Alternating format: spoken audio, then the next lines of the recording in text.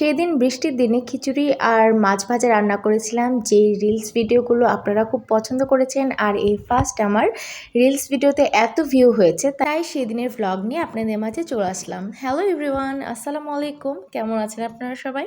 আমি তো আলহামদুলিল্লাহ অনেক ভালো আছি। Welcome to my page investing world. গত কয়েকদিন ধরে প্রচুর পরিমাণে বাইরে বৃষ্টি হচ্ছে, আর বৃষ্টি মানেই তো খিচুড়ি, আমরা সবাই জানি।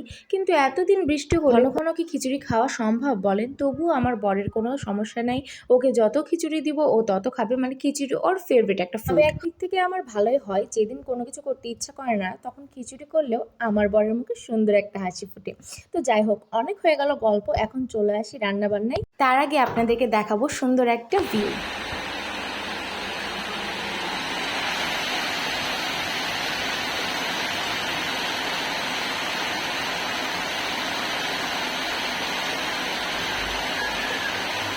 আমার রান্নাঘরের গ্যাসের চুলার ঠিক সামনেই জানালাটা দিয়ে খুব সুন্দর বৃষ্টি দেখা যাচ্ছে, আর খিচুড়ি রান্না করছি। এর থেকে সুন্দর ভিউ কি আর কিছু হতে পারে?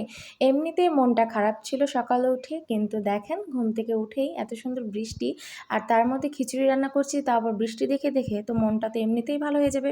ফ্রিজে রাখা যতগুলো সবজি ছিল এক এক করে সব বের করলাম। এর মধ্যে আছে পুঁই শাক, পেঁপে আর আলু। তো এই তিনটে সবজি দিয়ে মূলত আজকে আমি খিচুড়িটা রান্না করব। সব সবজিগুলো আমি খুব সুন্দরভাবে একই সাইজে করে কেটে নেওয়ার এখানে চেষ্টা করছিলাম। সবজিগুলো কাটা শেষে আমি একটা ছাকাতে করে খুব সুন্দর করে এটা ধুয়ে ছেঁকে রেখে দিয়েছিলাম। তারপরে এই তো খিচুড়ির মধ্যে দিয়ে দিলাম। আর খিচুড়িতে দুই রকমের ডাল দিয়েছিলাম, মুসুরি আর বুটের ডাল। তো এই দুইটা ডাল দিয়ে চালটা খুব ভালোভাবে ধুয়ে রেখে দিয়েছিলাম।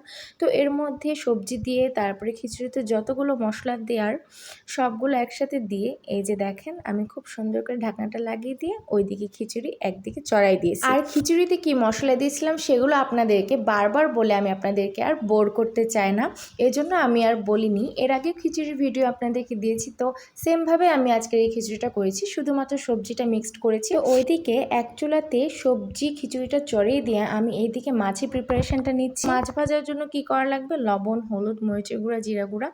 স্বাভাবিকভাবে যেভাবে মাছ ভাজি ওইভাবে আমি শুধুমাত্র একদম সিম্পলভাবে মাছটা ভেজে নেব এখন। এইদিকে কিন্তু আমার খিচুড়িটা একদম রেডি, ওইদিকে মাছ ভাজাও হয়ে গেছে, এদিকে খিচুড়ি আমার রেডি হয়ে গেছে। এখন আমরা খাওয়া দাওয়া করে নেব।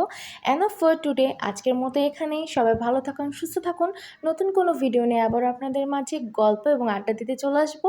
ততক্ষণ পর্যন্ত আল্লাহ হাফিজ।